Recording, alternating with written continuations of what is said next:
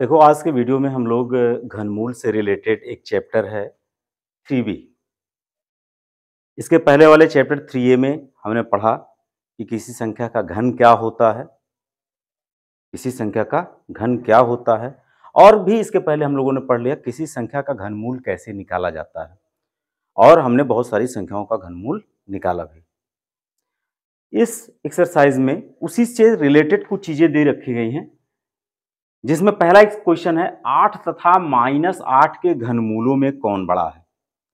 तो बेटा 8 एक धनात्मक संख्या है, ऋण 8 एक ऋणात्मक संख्या है। तो अगर हम किसी धनात्मक संख्या का घनमूल निकालेंगे तो धनात्मक आएगा, और किसी ऋणात्मक संख्या का घनमूल निकालेंगे तो वो ऋणात्मक आएगा।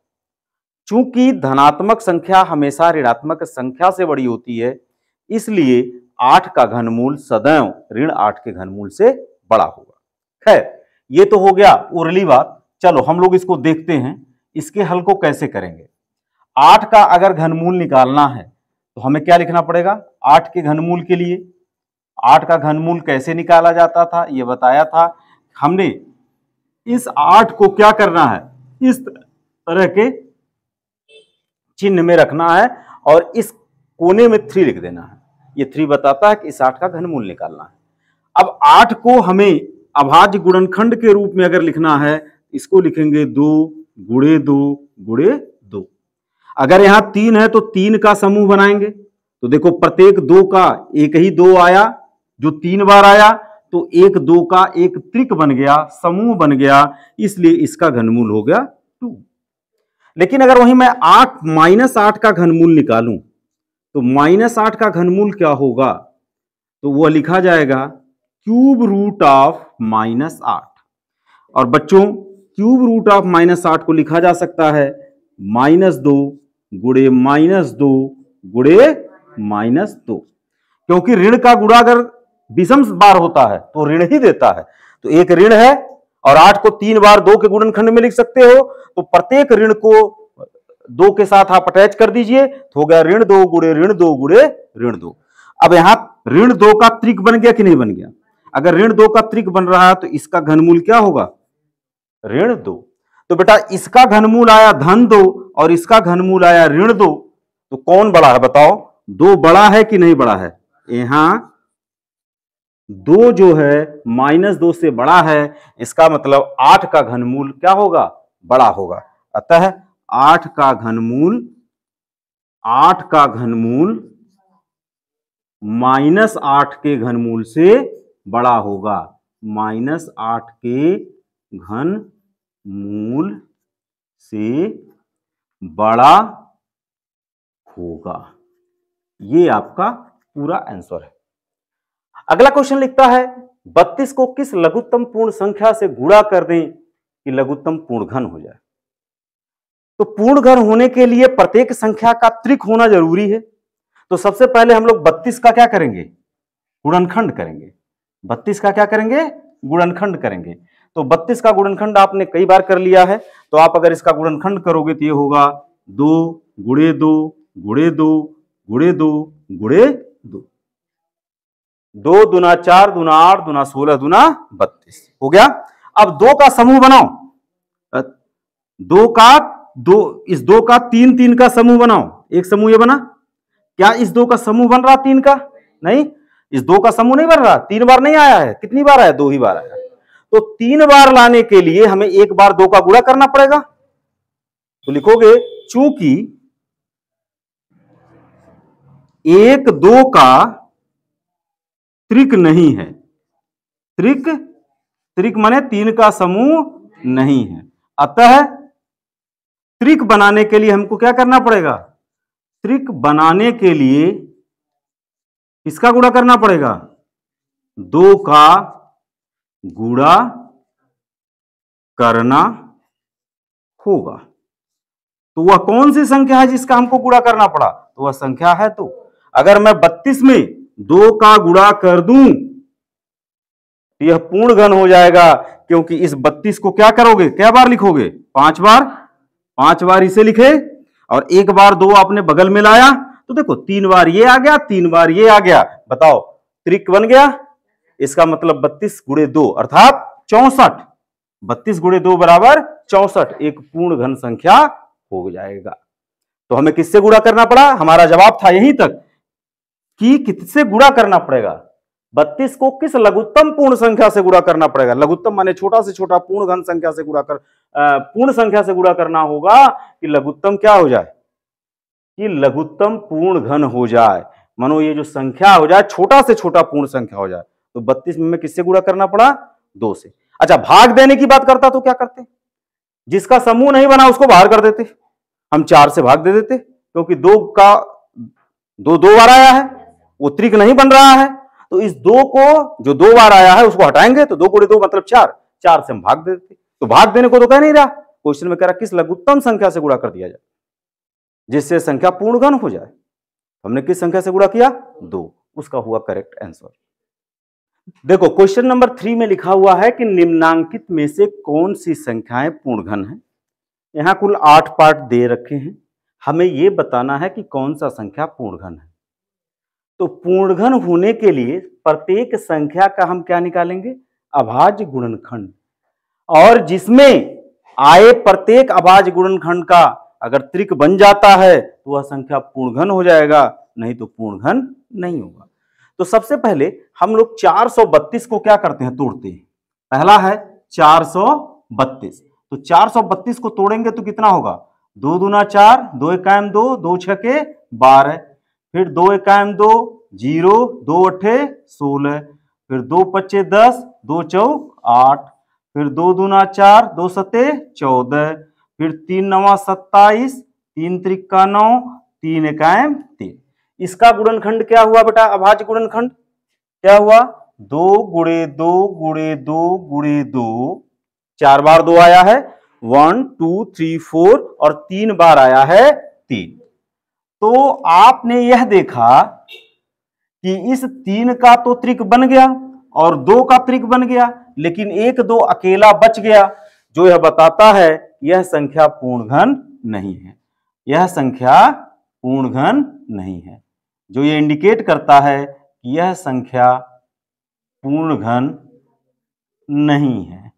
लेकिन अगर ये 2 नहीं होता तो पूर्ण घन बन जाता, पूर्ण घन नहीं है। ओके, अब अगली संख्या क्या है? 729।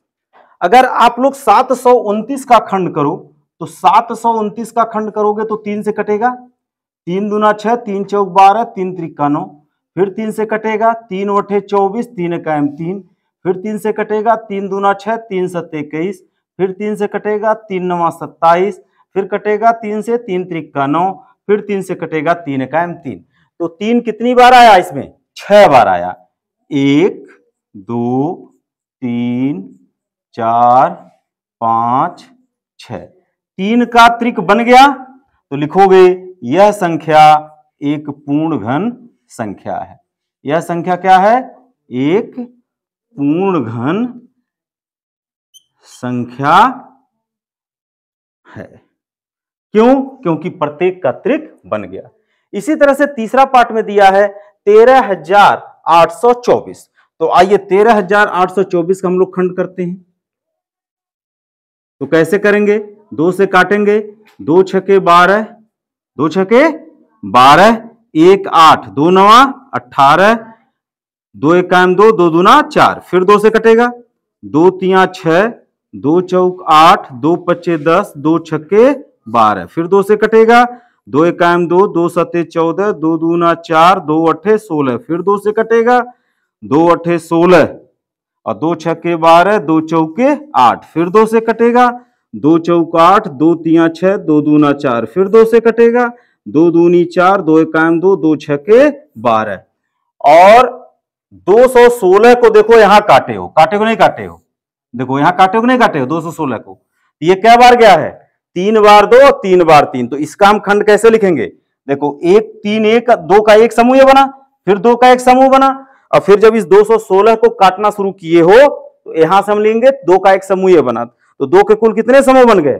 3 समूह बन गए, और एक बार 3 का बन गया। तो इसका मतलब ये हो गया 2 गुणे 2 गुणे 2 गुणे 2 गुणे 2 गुणे 2 गुणे 2 गुणे 2, और एक समूह ये बना, एक समूह ये बना, एक समूह, और एक समूह में 3 गुणे 3 गुणे 3 आया है, तो इस सबका त्रिक बन गया, तो यह एक पूर्ण घन संख्या हो गई।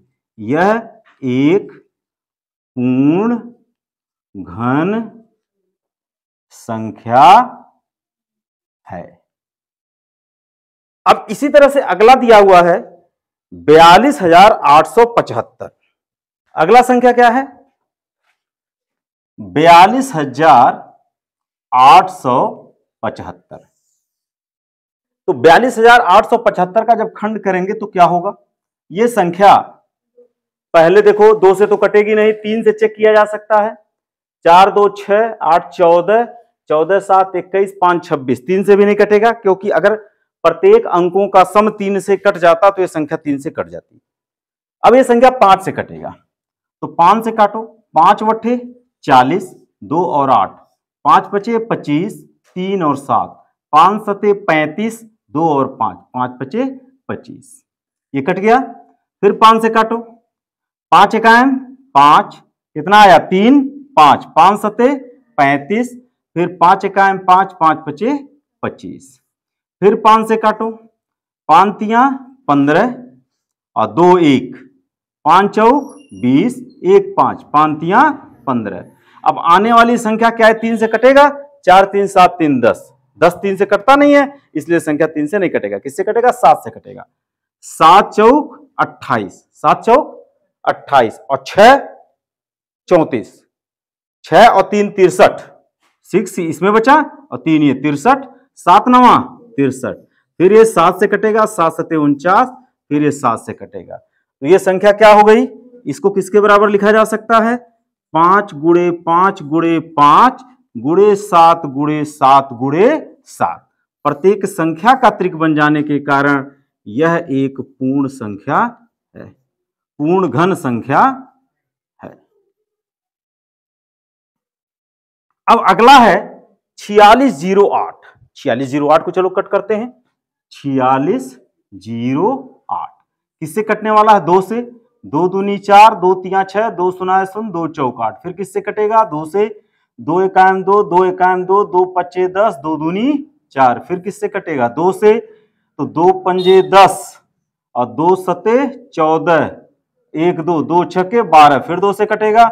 2 दूनी 4, 2 अट्ठे 16 और 2 अट्ठे 16, 2 दूनी 4, 1 7 16 हुआ, 2 अट्ठे 16, 1 6 16 हुआ, 2 अट्ठे 16। फिर 2 से कटेगा। 2 एकाएम 2, 2 चौक 8 और 2 चौक 8। फिर 2 से कटेगा। 2 सत्ते 14, 2 दूनी 4। फिर 2 से कटेगा। 2 तियां 6 और 2 छक्के 12। फिर 2 से कटेगा। 2 एकाएम 2 और 2 अट्ठे 16। फिर 2 से कटेगा। 2 नवा 18, फिर 3 त्रिका 9 और 3 एकाएम 3। तो देखो इस 2 का त्रिक बना, इस 2 का त्रिक बना, इस 2 का त्रिक बना, लेकिन इस 3 का त्रिक नहीं बन रहा है। मतलब ये संख्या लिखी गई 2 के त्रिक में 3 बार।